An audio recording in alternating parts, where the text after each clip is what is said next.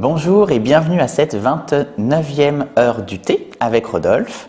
J'espère que vous avez passé un bel été, que vous avez pu bien profiter des proches, du soleil, de la mer, de la plage, de la piscine, tout ce que l'on peut aimer et attendre donc de l'été. Moi, pour ma part, je me suis régalé, j'ai passé de très bons moments en famille et entre amis. Donc du coup aujourd'hui on va parler de réalité puisque rentrée égale réalité et en fait je voulais aborder un sujet qui pour moi est important, qui d'ailleurs fait partie de l'ADN même donc de l'entreprise, c'est la transparence sur les ingrédients. Je vais m'expliquer. Vous savez que je suis coiffeur, coloriste donc à la base de métier et que j'ai eu des allergies relativement fortes liées aux produits chimiques. Et donc, ces produits chimiques, j'ai bien sûr voulu comprendre, après avoir fait des tests d'allergie, j'ai voulu comprendre à quoi ils servaient et aussi ce que ça pouvait apporter comme négatif, on va dire, sur mon organisme et aussi sur l'environnement. Donc du coup, bien sûr, des ingrédients naturels et synthétiques, il y en a des dizaines de milliers. Là, on va aborder quelques ingrédients synthétiques qui pour moi sont néfastes et qui sont présents dans bon nombre de produits, qui se dit d'ailleurs plutôt naturel des fois parfois. Et l'intérêt qu'on peut avoir, si vous le voulez bien, c'est qu'en commentaire ou donc en avis supplémentaire, vous puissiez me poser des questions sur ce que vous voulez avoir comme information sur certains ingrédients que vous pouvez retrouver dans les produits du quotidien, mais aussi dans les produits de coloration, puisque bien sûr on est expert en couleurs.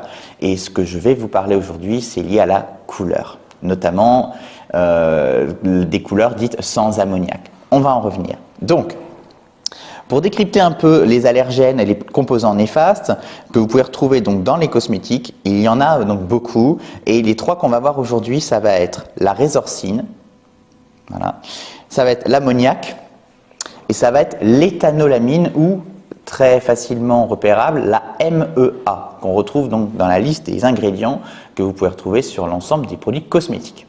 Alors, à quoi servent ces trois ingrédients? La résorcine, c'est un colorant. C'est un colorant de couleur chaude, de couleur jaune, qu'on retrouve dans quasi toutes les colorations qui sont d'oxydation, c'est-à-dire où vous savez, à la maison, quand vous le faites à la maison, vous devez mélanger un tube et un petit flacon blanc, vous mélangez ça dans un bol, et du coup, voilà. Ça veut dire qu'il y a oxydation, il y a oxydoréduction, ça s'appelle. Et donc du coup, vous mélangez un produit avec un pH très alcalin, donc à base d'ammoniac, et puis vous mélangez un produit qui est le petit flacon blanc très acide, et du coup ça fait une réduction en fait entre l'acide et le basique, et ça crée après une couleur. Voilà, au bout de 30 à 40 minutes en fonction des marques. Ces colorants-là, comme la résorcine, est un colorant qui se révèle exclusivement avec de l'oxydation. Donc du coup, si vous l'appliquez avec de l'eau, ça ne marche pas. Donc ça s'applique vraiment avec de l'eau oxygénée et avec un pH aussi très alcalin en face pour pouvoir vraiment créer la couleur au bout de 30 à 40 minutes. Comme tous les produits d'oxydation, en fait, le problème c'est que déjà c'est un allergène notoire, c'est un allergène qui effectivement aujourd'hui est très néfaste pour la santé et l'environnement. C'est un ingrédient qui n'est pas biodégradable dans l'environnement, donc c'est aussi un ingrédient où il faut quand même se poser des questions parce que au niveau du traitement de l'eau, il ne se traite pas. On reste un peu dans un principe comme le médicament. Et donc c'est un perturbateur endocrinien également. Donc il entre dans l'organisme et potentiellement il perturbe l'équilibre hormonal de votre organisme. Alors vous allez me dire, il y a plein de gens qui font ça. Oui, il y a plein de gens qui font ça. Oui, c'est une microtoxine. Mais une microtoxine, quand vous la faites toutes les 3 à 4 semaines, pendant 30 ou 40 ans, je pense qu'on peut se poser la question si effectivement cette microtoxine, de manière répétée, ne peut pas avoir de sérieux problèmes après pour l'organisme. D'ailleurs, on retrouve énormément de ces colorants-là dans des cancers comme le cancer de la vessie. Et notamment, il y a pu avoir certains procès assez compliqués justement pour ces personnes qui en ont souffert. Voilà. En fait, ce qu'il faut savoir, c'est que ces colorants-là, ils sont utilisés depuis déjà pas mal de dizaines d'années puis l'apparition de la coloration d'oxydation. Et c'est vrai qu'on est sur un principe qui effectivement est tellement facile à refaire et à dupliquer que en fait, beaucoup de laboratoires n'ont pas envie de se réinventer en créant des vraies sources naturelles qui à la fois n'endommagent pas la santé et pas l'environnement. Voilà, et ça c'est dommage. La résorcine est de plus en plus contrôlée par les régulateurs de l'Europe notamment, mais il reste encore beaucoup de travail à faire. J'espère que ça va vraiment continuer dans ce sens parce qu'il y a un vrai travail au niveau de la santé publique, à mon sens. L'ammoniac, alors l'ammoniac, bien sûr, je ne vous fais pas de dessin, l'ammoniac, on en entend parler partout, le méchant ammoniac qui sent mauvais, qui détraque l'organisme et qui est extrêmement mauvais pour la santé. Oui, en effet, il n'est pas sain. Ce n'est pas un ingrédient qui est sain, ce n'est pas un ingrédient qui est, bien qu'il soit naturellement présent dans l'organisme, notamment dans la sudation corporelle, il est évident que ce n'est pas un ingrédient qu'on doit appliquer comme ça sur la peau, puisqu'il est quand même, il a une action très alcalinisante, donc automatiquement sur la peau, ce n'est pas terrible. Néanmoins, donc, il a un intérêt pour ouvrir les l'écaille du cheveu, pour que les colorants rentrent dedans. Voilà. Donc c'est la même chose que ce que j'expliquais tout à l'heure, l'oxydoréduction. L'intérêt de cet ingrédient, c'est qu'il est connu et reconnu depuis des générations. Donc, il sent mauvais, c'est clair, une odeur légèrement d'égout, entre l'égout et le poisson passé, mais quelque part, il n'est pas si mauvais que ça.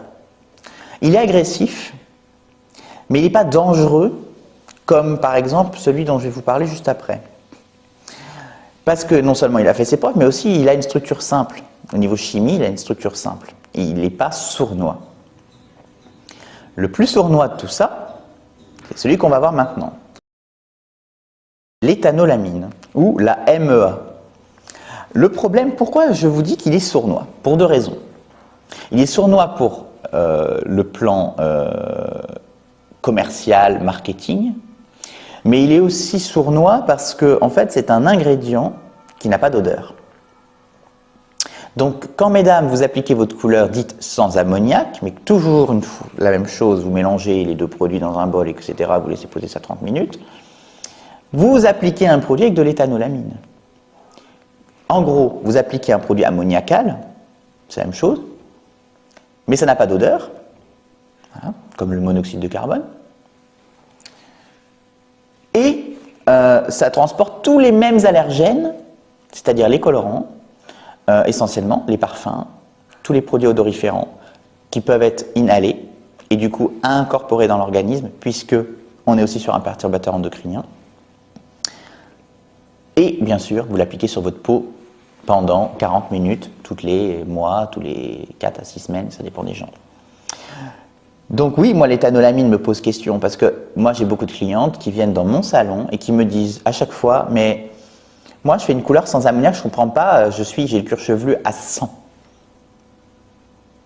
Bah oui, mais vous n'êtes pas allergique à l'ammoniac, madame, vous êtes allergique au colorant. Ah bon? Ben pourtant c'est écrit sans ammoniac. Oui, mais le sans ammoniac est remplacé par la MEA qui est de l'ammoniac sans odeur, ça a quasiment le même taux d'alcalinité que l'ammoniac. Souvent on en met même davantage en pourcentage pour la remplacer pleinement, pour arriver au même résultat que la chimie avec ammoniac. Et c'est les mêmes colorants utilisés qu'avec ammoniac. Donc si vous êtes allergique avec couleur avec ammoniac, globalement vous pouvez l'être avec la MEA technologie éthanolamine. Donc moi, j'ai presque envie de dire, quand on se dit couleur avec ammoniac, couleur permanente, bah au moins vous savez ce que vous avez, vous savez ce que vous posez sur vos cheveux, sur votre tête, ce que vous respirez aussi, ce que vous mettez dans l'eau, la responsabilité que vous avez et que vous donnez aussi à vos enfants. Mais la MEA, c'est sournois parce que ça vous laisse entendre que vous faites un geste pour votre santé, votre environnement, l'avenir de vos enfants, on en revient à ça, mais en fait, vous vous faites complètement berner parce qu'en fait, vous êtes en train de vous faire avoir par un système commercial et marketing qui vous laisse entendre que le produit, parce qu'il est sans ammoniac, il est naturel. Or, c'est faux.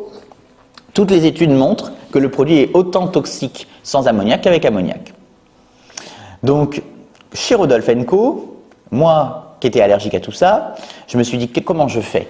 Parce qu'il n'existe pas de coloration qui prend vraiment sur les cheveux blancs sans ces ingrédients. Donc il a fallu tout revisiter. Il a fallu comprendre ce qu'on peut utiliser en naturel ou en minéral, qui puisse à la fois être alcalinisant, non agressif et non dangereux pour l'environnement. Et on a trouvé.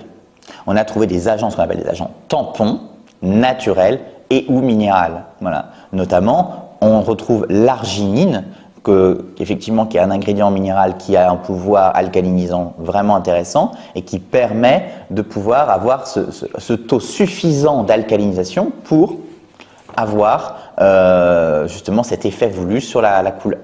Bien sûr, vous le savez, les couleurs minérales n'éclaircissent pas les cheveux, mais par contre se posent comme un maquillage sur la fibre et du coup, ça laisse entendre que la couverture des cheveux blancs, elle est nickel. Par contre, effectivement, si vous avez les cheveux bruns et que vous voulez devenir blonde, platine partout, ça ne sera peut-être pas chez nous, vous y arriverez. On respecte aussi la naturalité de la cliente, de ses cheveux. Voilà. Enfin, et pour clôturer donc cette heure du thé sur les ingrédients, on va dire, toxiques à mon sens dans la coloration, il y en aura d'autres, on en reparlera. Il y a un point important, c'est que aujourd'hui il existe des applications beauté, il existe des informations sur internet, des blogs beauté, il en existe des dizaines, il y a effectivement à boire et à manger, mais j'incite tout à chacun à regarder, à prendre le temps de regarder ce que vous achetez, que ce soit pour l'alimentation, que ce soit pour la cosmétique, ce que vous utilisez au quotidien chez vous, c'est bien de savoir ce qu'on met. La confiance n'exclut pas le contrôle. Et ça, c'est vraiment important. Dans ma famille, on m'a toujours dit ça. Et c'est grâce à eux, c'est grâce à cet enseignement que j'ai appris aussi non plus à faire confiance aveuglément sur ce que j'achète, sur du pseudo naturel ou pseudo-ci, pseudo sans sucre, sans graisse, sans sel, enfin qu'importe. Comprendre ce qu'on achète pour avoir après le réflexe de se dire tiens, ça c'est un produit qui est adapté, ça c'est un produit qui est moins adapté pour moi. Voilà. Après, on n'a pas tous les mêmes besoins, les mêmes envies. Et les gens, par exemple, ils veulent des produits sans gluten, ils veulent des produits sans comment, je sais pas, sans huile de palme, sans fruits à coque, soit par intolérance, soit par éthique. Et c'est vrai que du coup, c'est important de pouvoir y voir clair. Pour y voir clair, il y a le marketing, mais pour y voir encore plus clair, il faut comprendre ce qu'on achète, il faut lire les étiquettes. J'espère que cette heure du thé vous a plu. Je vous souhaite encore une excellente rentrée. À bientôt pour une nouvelle heure du thé.